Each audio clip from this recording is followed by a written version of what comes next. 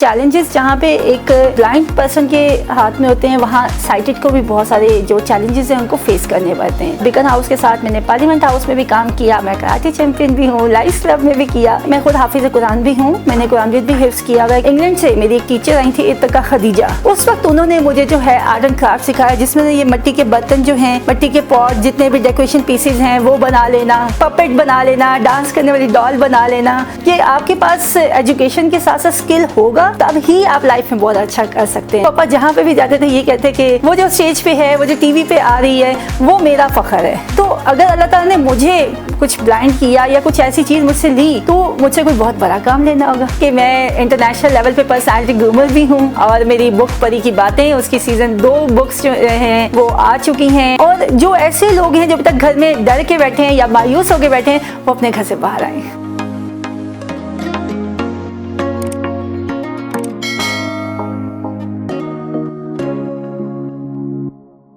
अस्सलाम वालेकुम नाज़रीन, और साफ डिजिटल के साथ मैं हूँ आपकी मेज़बान आमना मजीद, और आज एक बहुत मोटिवेशनल स्टोरी आपके लिए लेकर हाज़िर हुई हूँ।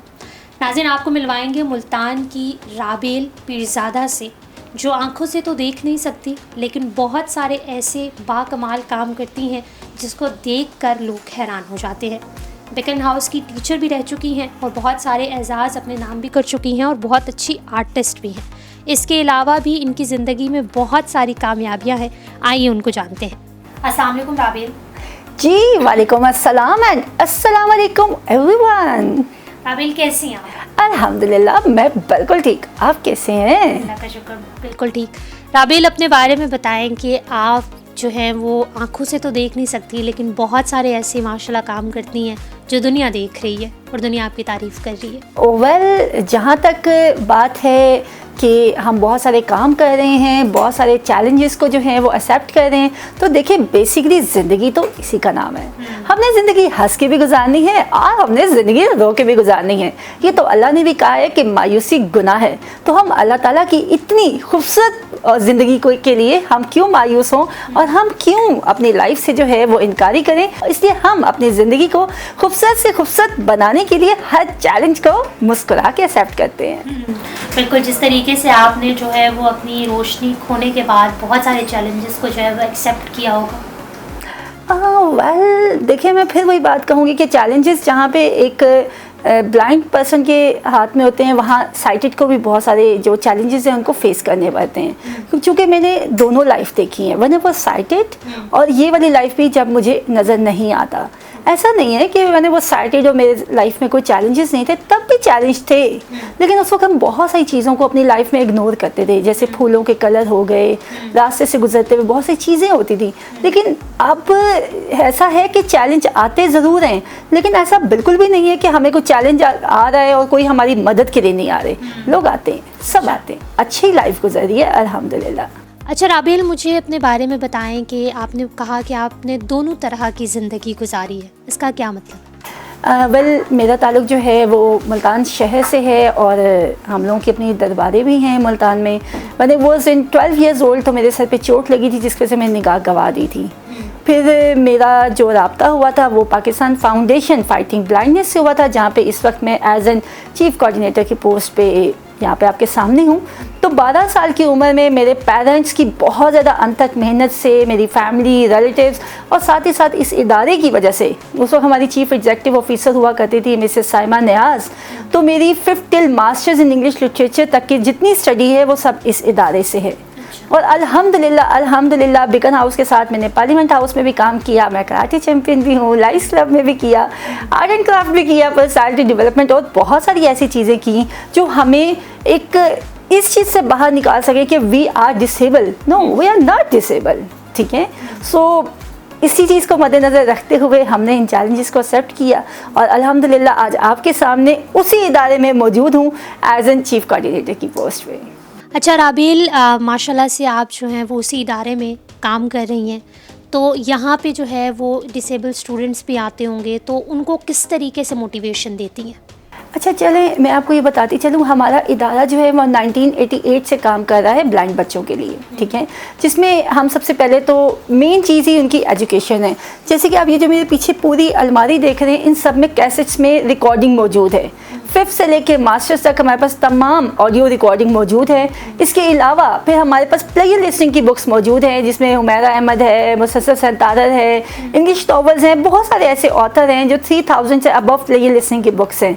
और फिर हम लोग करवाते हैं IT स्किल्स, यानी कि जिनको कहते हैं कंप्यूटर कोर्सेज, वो हम करवाते हैं। और फिर अपने स्टूडेंट्स जो हमारे मास्टर्स कर जाते हैं, MPhil PhD या CSS जो भी कर जाते हैं, उनकी हम जॉब पे कोशिश करते हैं साइमर्स इंटर्नशिप प्रोग्राम के तहत, और जिसमें बच्चों को जो है हम 75,000 3 मंथ्स का देते हैं। रिसेंटली अभी हमारे बच्चों की पंजाब कॉलेज में भी जॉब हुई है, अस्करी बैंक में भी हुई है, फातिमा ग्रुप में भी हुई है। और मैं आपको ये बताती चलूँ कि जब 2011 में मैंने मास्टर्स कंप्लीट किया था तो मेरी भी बिकन हाउस में जॉब इसी इदारे ने करवाई थी।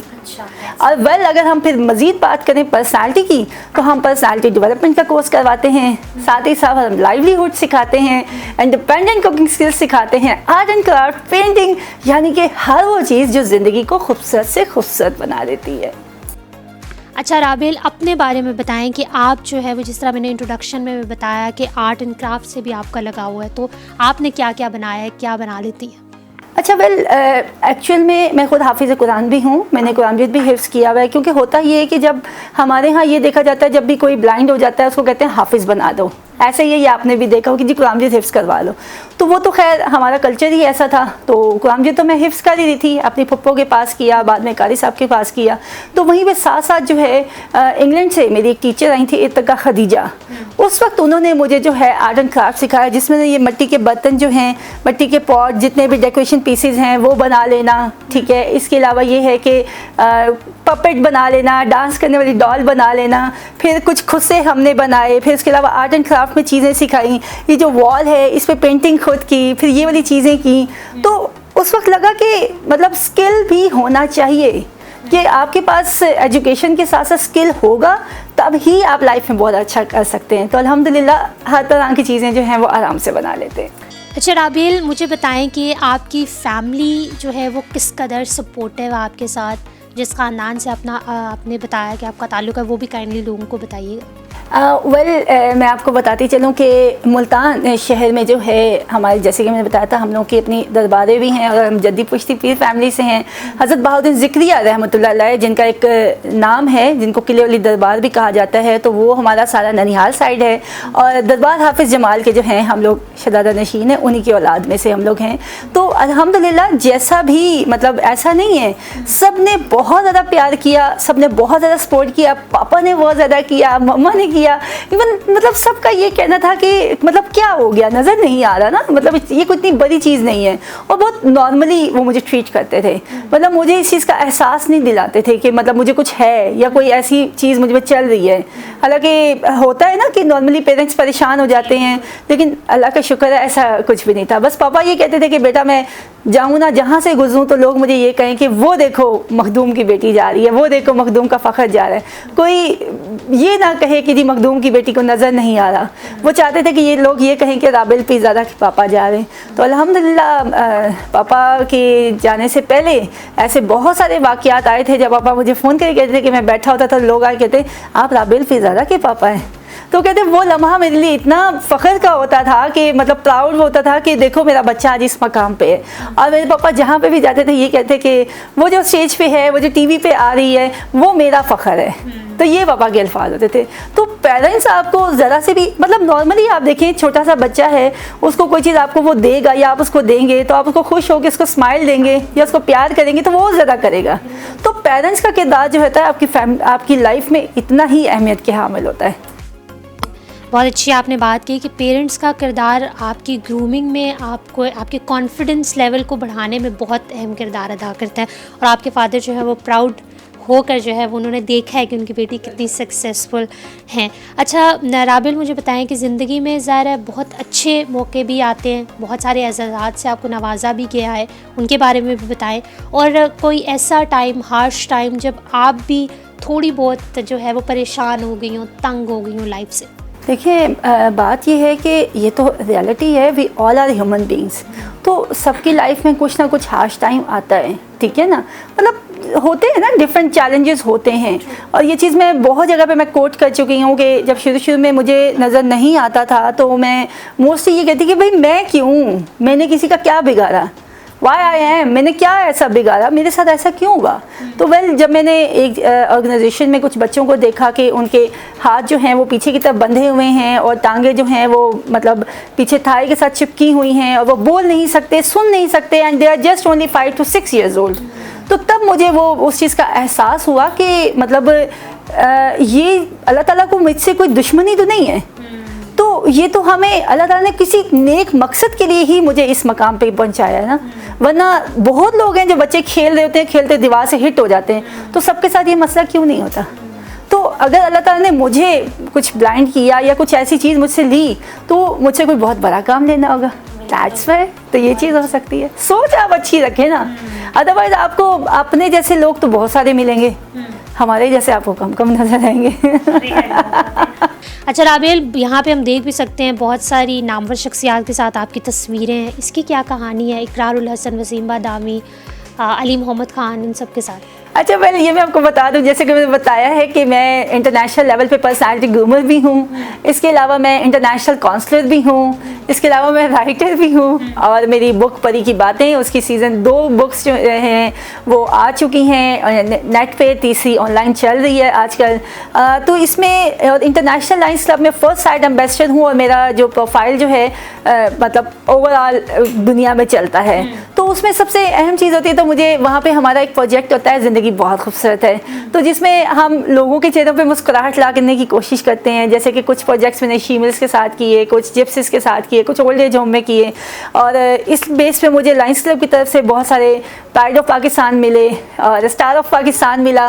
और जो अली मोहम्मद ने जो दिया था वो बेसिकली था कि ऐसी लेडीज़ जिन्होंने पाकिस्तान बनने के बाद अब तक जिन्होंने बहुत ज़्यादा डिसेबिलिटी पे काम किया हो, उनको बेस्ट अवार्ड से नवाजा गया था। तो मैं यहाँ पे बताऊँ कि PFAB को यहाँ पे 3 अवार्ड मिले थे।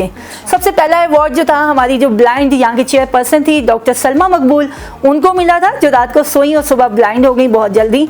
और दूसरी हमारी प्यारी मैसेस साइमा नियाज थी, तो जो टाइफाइड की वजह से ब्लाइंड हुई, उनका भी एक नाम था। पाकिस्तान में सबसे पहले ऑडियो वर्ल्ड की बुनियादी उन्होंने रखी थी, दूसरा उनको मिला और तीसरा मुझे अवार्ड मिला।